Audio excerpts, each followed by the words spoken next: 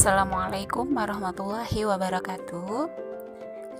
Selamat siang teman-teman semuanya. Di sini kami akan mempresentasikan tugas kami, yaitu tentang pendekatan Realistic Mathematics Education atau RME. Nah, di sini dosen pengampu kami yaitu Ibu Dian Kristiana MPD. Nah, materi ini disusun oleh Saryatun, Titik Prasetyawati, dan Puji Handayani. Baik, yang pertama yaitu pengertian RME atau Realistic Mathematics Education. RME atau pembelajaran matematika realistik itu merupakan teori belajar mengajar dalam pendidikan matematika. Teori MRE itu pertama kali diperkenalkan dan dikembangkan di Belanda pada tahun 1970 oleh Institut Frudental. Di Institut Frudental, menurut Wijaya, itu mengemukakan bahwa matematika merupakan suatu bentuk aktivitas manusia. Gagasan ini menunjukkan bahwa RME tidak menempatkan matematika sebagai produk jadi, melainkan suatu proses yang sering disebut dengan guided reinvention. Itu. Kemudian, menurut ilmuwan Hadi itu menjelaskan bahwa matematika realistik dunia nyata digunakan sebagai titik awal untuk pengembangan ide dan konsep matematika. Jadi dapat diperhatikan bahwa pembelajaran matematika realistik itu berangkat dari kehidupan nyata anak. Jadi anak itu mudah memahami karena nyata dan terjangkau oleh imajinasi mereka, serta dapat dibayangkan sehingga anak-anak itu mudah untuk mencari kemungkinan penyelesaian dari permasalahan matematika dengan kemampuan yang telah dimiliki. Kemudian Aisyah itu menyimpulkan bahwa pendekatan matematika realistik itu merupakan suatu pendekatan belajar matematika yang dikembangkan untuk mendekatkan matematika kepada siswa, sehingga masalah-masalah yang dimunculkan itu berdasarkan masalah yang sering terjadi di kehidupan sehari-hari siswa, sehingga siswa itu mudah sekali menangkap karena telah berinteraksi di dalam kehidupannya sehari-hari. Jadi itu sebagai media permulaan belajar matematika. Nah, ini menurut Griff Major dalam Mustika itu ada prinsip-prinsip MRE. Ada 3 ya. Yang pertama yaitu guided reinvention dan progressive mathematization. Apa sih itu? Nah, prinsip itu adalah melalui topik-topik yang disajikan, itu siswa harus diberi kesempatan untuk mengalami sendiri yang sama sebagaimana konsep matematika yang ditemukan. Kemudian, prinsip yang kedua, didactyl phenomenology, yaitu topik-topik matematika yang disajikan atas 2 pertimbangan, yaitu aplikasinya dan kontribusinya untuk pengembangan konsep matematika selanjutnya. Prinsip yang ketiga adalah self-developed models. Itu prinsip ini memiliki peran sebagai jembatan bagi siswa dari situasi real ke situasi konkret atau dari matematika informal ke bentuk formal.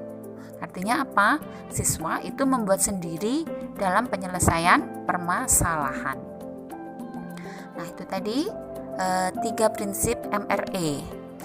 Selanjutnya, menurut Hobry itu menyebutkan bahwa ketiga prinsip yang dikemukakan oleh Aisyah, dikemukakan oleh Griff Major itu dioperasionalkan ke dalam karakteristik.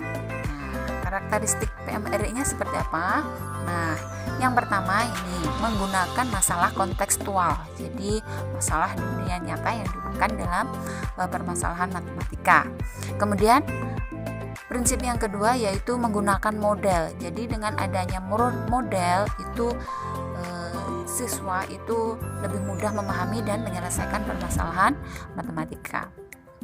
Kemudian yang ketiga yaitu menggunakan kontribusi siswa, student contribution. Ya, jadi di sini siswa dilibatkan dalam penyelesaian permasalahan matematika.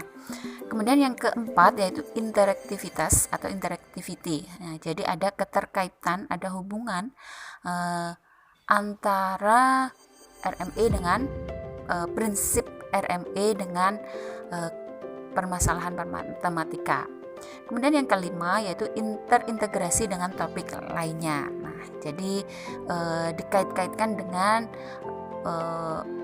topik yang lainnya, maksudnya dari satuan disiplin ilmu yang lainnya. Kemudian, nah di sini RME itu memiliki kelebihan. Nah, kelebihannya apa?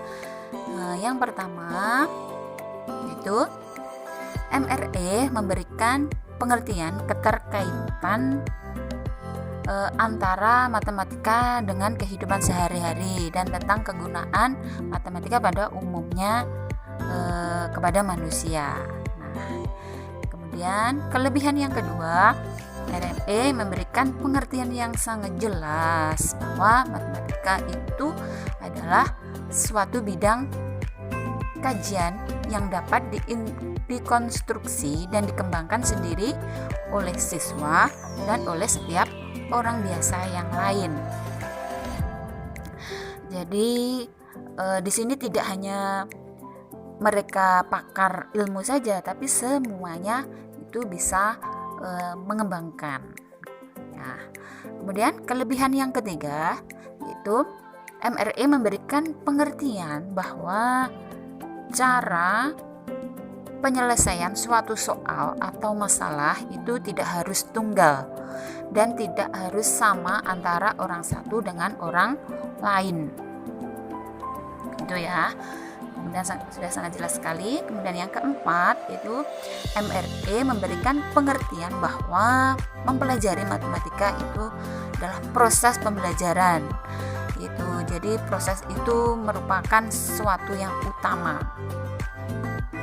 Nah, jadi untuk mempelajari matematika itu orang harus mempelajari sendiri prosesnya, bagaimana cara penyelesaian permasalahannya itu dengan menggunakan konsep-konsep dan materi-materi matematika.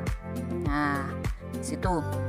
Kemudian kelebihan yang kelima, MRE itu memadukan kelebihan-kelebihan dari berbagai pendekatan pembelajaran lain yang dianggap unggul. Nah, jadi MRE itu tidak serta-merta sendiri menggunakan pendekatannya, tapi juga memadukannya dengan pendekatan lainnya.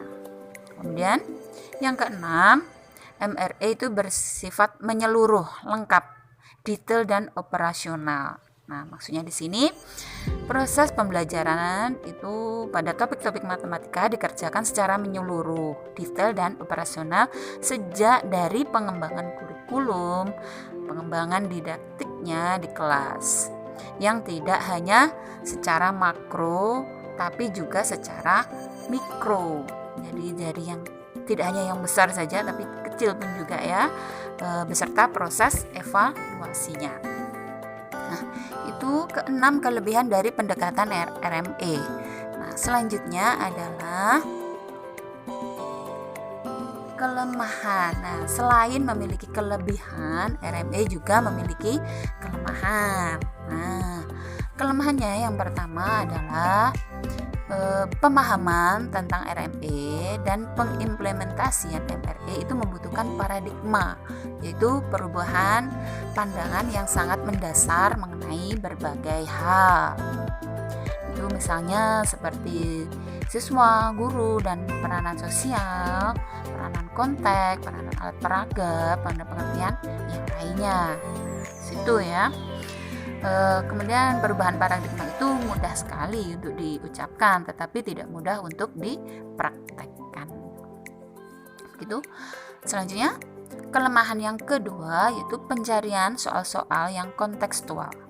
Yang memenuhi syarat-syarat yang dituntut oleh MRE itu tidak selalu mudah untuk setiap topik matematika yang perlu dipelajari oleh siswa. Terlebih karena soal tersebut masing-masing harus bisa diselesaikan dengan berbagai cara. Kemudian kelemahan yang ketiga yaitu upaya mendorong siswa agar bisa menemukan cara untuk menyelesaikan tiap soal juga merupakan tantangan sendiri. Sangat jelas sekali ya. Kemudian kelemahan yang keempat, proses pengembangan kemampuan berpikir siswa dengan memulai soal-soal kontekstual, proses matematisasi horizontal dan proses matematisasi vertikal juga bukan merupakan sesuatu yang sederhana. Nah, itu kenapa ya? Seperti itu karena proses dan mekanisme berpikir siswa itu harus diikuti dengan cermat agar guru bisa membantu siswa dalam menemukan kembali konsep-konsep matematika tertentu. Kemudian kelemahan yang kelima yaitu pemilihan alat peraga itu harus cermat agar alat peraga yang dipilih itu bisa membantu proses berpikir siswa sesuai dengan tuntutan RME. Sangat jelas ya.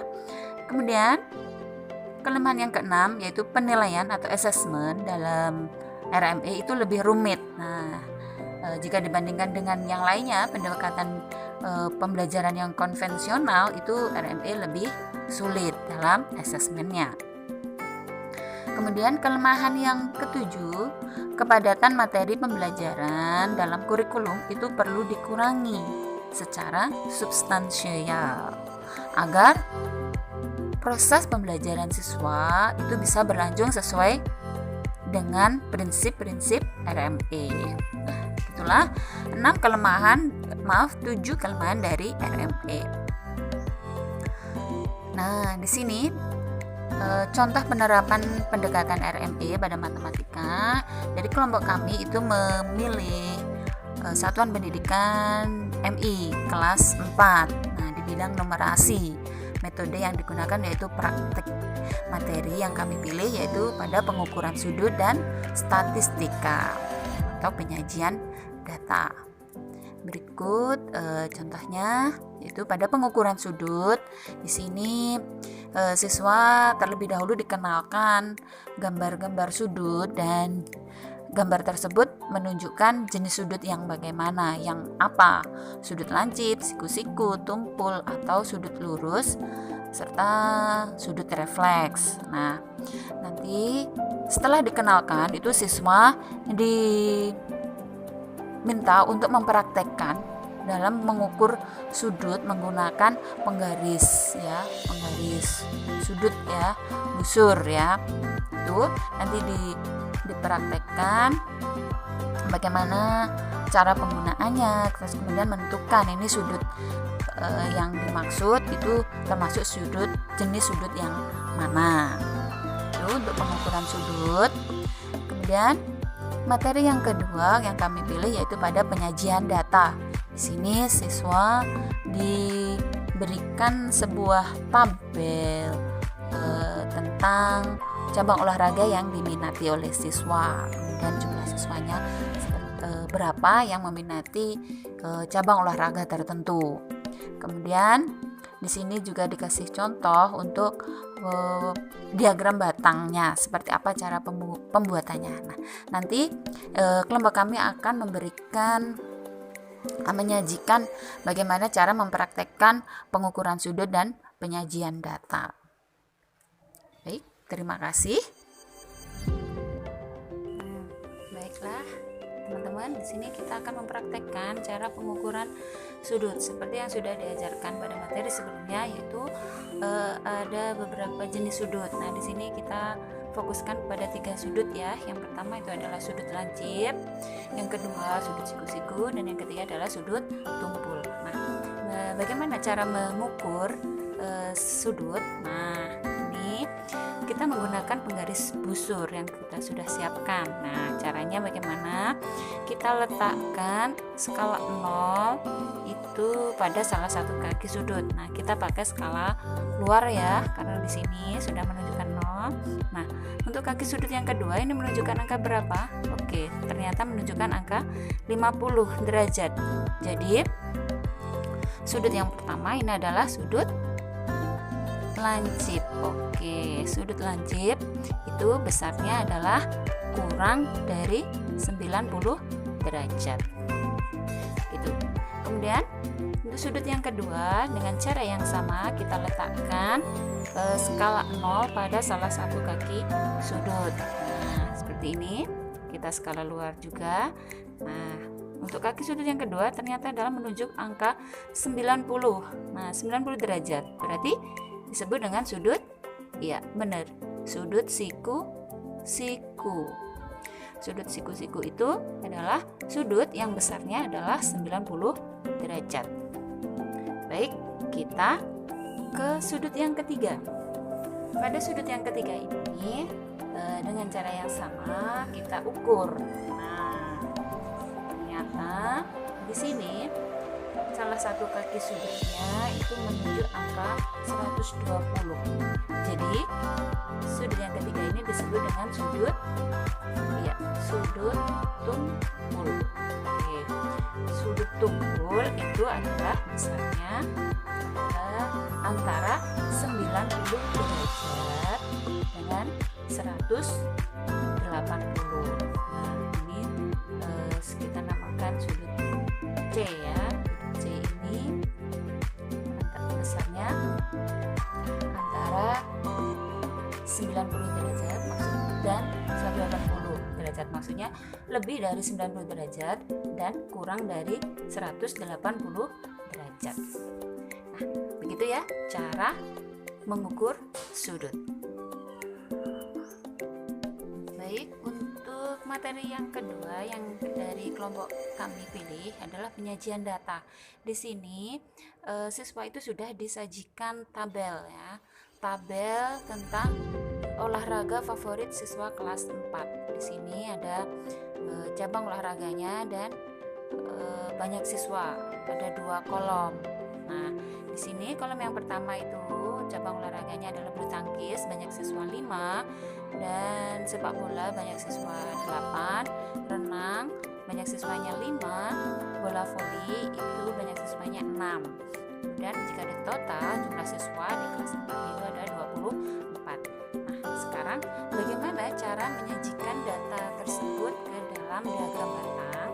Nah, kita sediakan penggaris di sini. Yang pertama kita buat garis vertikal. Nah, di sini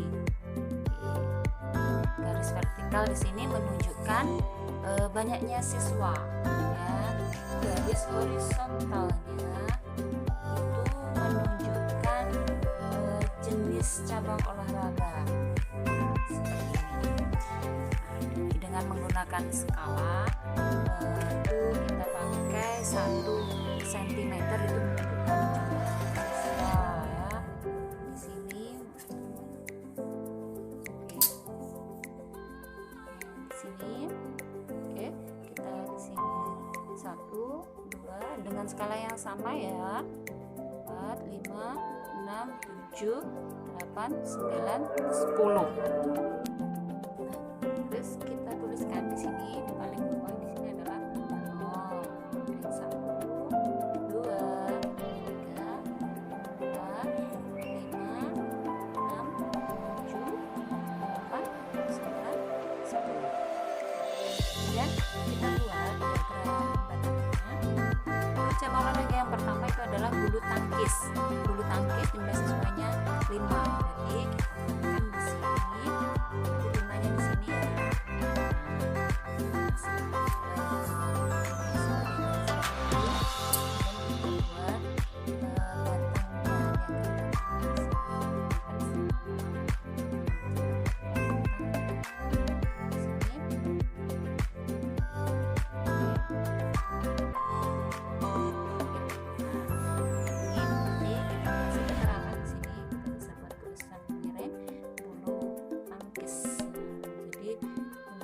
Bahwa bata yang pertama ini adalah cabang olahraga bulu tangkis yang jumlah siswa peminatnya adalah 5. Kemudian yang kedua adalah sepak bola. Jumlah siswanya, banyak siswa yang minat itu ada 8 sini. Nah, berarti nanti tingginya batang sampai 8 ini.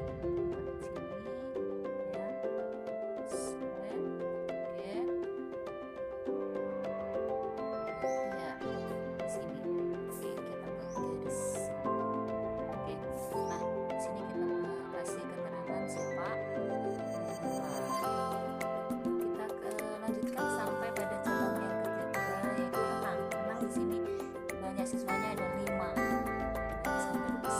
sama ya dengan bulu tangkis.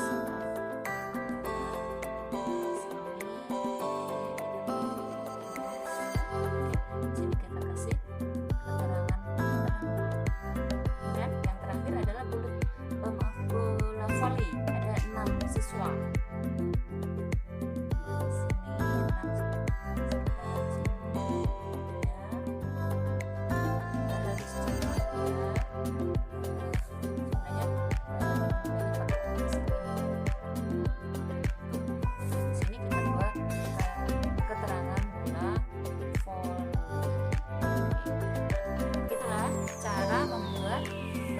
Diagram batang dari tabel yang sudah disajikan. Itulah untuk materi penyajian data dari kelompok kami. Terima kasih atas perhatiannya. Assalamualaikum warahmatullahi wabarakatuh.